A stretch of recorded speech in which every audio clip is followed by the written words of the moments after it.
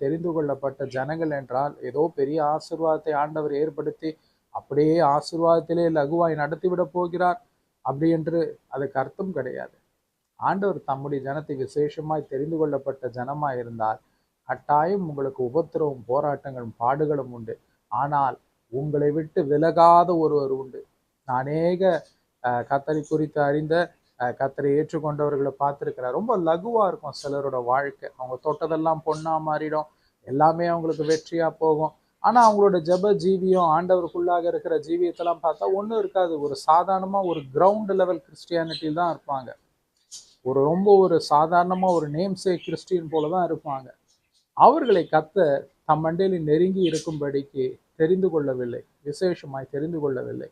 ஆனால் யாருக்கு போராட்டங்களும் உபத்திரவங்களும் பாடுகளும் வருகிறதோ அதன் மத்தியிலே கர்த்தரை நீங்கள் விசுவாசத்துடனே பற்றி கொண்டு இருக்கிறீர்களோ நீங்கள் தான் விசேஷமானவர்கள். ஒருவேளை இந்த உலகத்தாரோட பார்வையில ஐயோ இவன் சபிக்கப்பட்டவன்பா, ஐயோ இவன் ஒரு தரித்திரம், ஐயோ இவன் இப்படி அப்படி என்று சொல்லி அன்று பவுலை குறித்து பேசினார்கள் அல்லவா?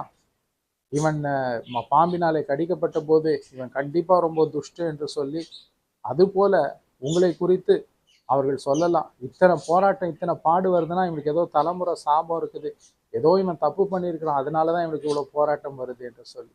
அப்படி அல்ல பிரியமானவர்களே. கர்த்தர் உங்களோடு விலகாதவராய் இருக்கிறார், உங்களை விசேஷத்துமாய் தெரிந்து கொண்டு இருக்கிறார். அதன் பாடுகள் மத்தியிலும் அவர் உங்களை கட்டாயம் உயர்த்துவார். நீங்கள் செய்கிற காரியத்திலே கர்த்தருடைய ஆசீர்வாதம் விசேஷமா இருக்கும். மற்றவர்களுக்கும் உங்களுக்கும் ஒரு வித்தியாசத்தை உண்டு பண்ணும்படிக்கு விசேஷமாய் உங்களையும் உங்கள் சந்தானத்தையும் உயர்த்தி வைப்பார். God bless you.